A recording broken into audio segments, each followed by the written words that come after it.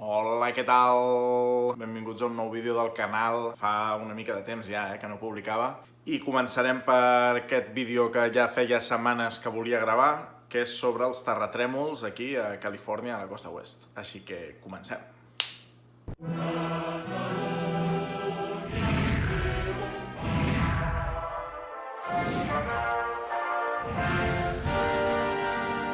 Bé, doncs això, avui parlarem de terratrèmols. No cal ser alarmista, però cal ser conscient de que la costa oest dels Estats Units té una falla, que és la falla de Sant Andrés, que la creua de nord a sud i passa per l'àrea de San Francisco, que és tal que aquesta falla, com veieu en aquest mapa, la línia vermella doncs, passa pel costat de la bahia de San Francisco. Però a banda, a veure si es veu bé, tot això que veieu són falles de la zona de l'àrea de San Francisco. Walnut Creek està on acaba la vermella. Sí, Walnut Creek, la zona on visc, està rodejada de falles. No només la de Sant Andrés, que és la més bèstia, una de les més bèsties del món, sinó que està rodejat de falles. I per tant, hem de prendre unes mesures de seguretat. No cal ser alarmista, no cal pensar tot el dia en que qualsevol moment ve el terratrèmol, però sí que cal tenir unes precaucions. Bé, abans de començar a explicar-vos les mesures de seguretat, diguéssim, deixeu-me explicar-vos una mica d'història.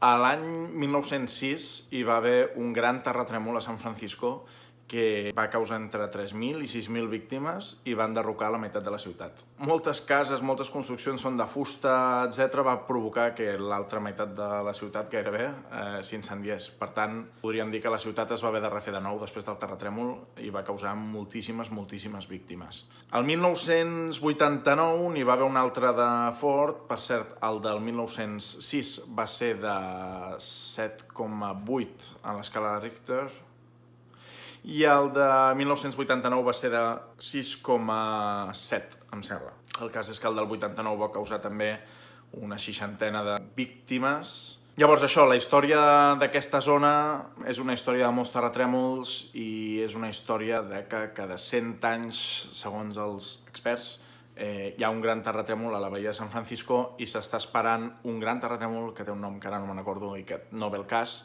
8 en amunt en l'escala de Richter. Perquè ens entenguem, l'escala aquesta, fins a 6 són terratrèmols, bueno, fins a 3, 4, i això ja és valoració meva, no de cap expert, sinó d'un tolai. Fins a 3, 4 pot ser que ni ho notis. 5, després us explico, en vam patir un aquí fa uns mesos i la veritat és que sí, cal ser sincer, ens vam escagarrinar almenys jo una mica. Més amunt, efectivament ho notes, i de 6 cap amunt ja implica perill. 6, diguéssim, seria la frontera. 6,1 és molt més fort que 6, però molt més fort, diguéssim, que la diferència que hi ha entre 5 i 6. O sigui, a partir de 6, cada fracció és molt més bèstia. Llavors us podeu imaginar que, per exemple, el de 8 que arribarà, doncs us podeu imaginar que és un mega terratrèmol. Les cases d'aquesta zona es fan amb fusta de sequoia, que és un arbre que hi ha en aquesta zona que és una fusta mega hiperresistent. Llavors el que passa quan hi ha un terratrèmol és que la fusta absorbeix la tremolor de la casa, per dir-ho d'alguna manera. És a dir, la casa es mourà, però aguantarà molt més perquè absorbeix aquest tremolor i la casa es mourà però no es caurà. Fa uns mesos vam tenir un terratrèmol de 5, a l'escala de Richter, 5,3, si no m'equivoco. I sí, és petitó, no va provocar absolutament res més que una mica de susto. Va ser a les 3:30 de la matinada i aquell dia havíem estat mirant una pel·lícula i tal, i ens en vam anar a dormir i just abans de dormir jo me'n vaig anar cap al lavabo i seré una mica explícit, No va passar res, però just en el moment que anava a pixar, i això és tal qual, no és per fer-me graciós, just en el moment que tenia la pilila a la mà i anava a pixar, just en aquell moment el terra va començar, però molt heavy, a moure's, però el cas és que va començar a moure's, però com un vaixell en mala mar, diguéssim, i en aquell moment dic, hòstia. Acte seguit, al cap d'uns segons, tenim una aplicació aquí, tots instal·lada, que ens avisa dels terratrèmols. Bueno, ens avisa no, perquè realment t'ho diu quan ja ha passat, però et salta una alarmeta i et diu, terratrèmol. I t'explica cap a quina direcció ha anat el terratrèmol, com ha tremolat, si era cap amunt o cap avall o cap als costats, l'escala de Richter, etc. va bé com a curiositat, però el terratrèmol ja ha sigut. O sigui, els collons ja els tens aquí. O sigui, vale, mira, no, que diu que ha sigut de 5,4. Vale, bueno, ja l'has tingut, saps? Però, clar, no es pot preveure. El cas és que ens vam cagar amb un de 5,3 i el que s'espera és de 8. O sigui que em sentireu a cridar des de la Garriga. Doncs ara sí, un cop explicada la història que té aquesta zona, un cop explicat que aquí hi ha moltes falles, un cop explicat que ja hem tingut un ensurt amb un terratrèmol de 5 i un cop explicat que tenim una aplicació que ens explica una miqueta quan ja ha passat el terratrèmol però res abans, ara anem a veure què cal fer si hi ha un terratrèmol de veritat, dels bèsties. Si t'enganxa a casa, consells que recomanen. Primer de tot, precaucions, coses de fer abans de que passi el terratrèmol. Hi ha una cosa molt important, que és tenir una motxilla preparada, i no és broma. Normalment recomanen que tinguis la motxilla preparada sota del llit, perquè el lloc on acostumes a estar més hores quan estàs a casa, en el meu cas es compleix, és al llit. I per tant, si hi ha un terratrèmol, has de procurar tenir la motxilla el més a prop possible. I en aquesta motxilla, què hi has de tenir? Una mica de diners en efectiu, per si passa alguna cosa, i una muda completa, amb el seu jersei.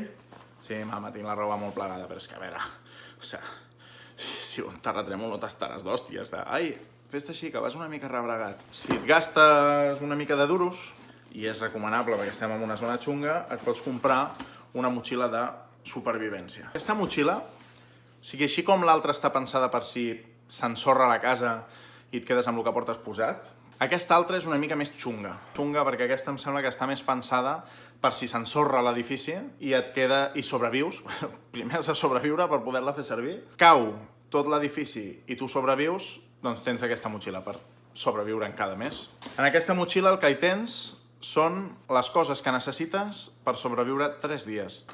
Llavors tens coses per sobreviure, per exemple, bosses d'aigua d'emergència per si necessites aigua, l'obres i veus, ja l'únic que t'has de subministrar, clar.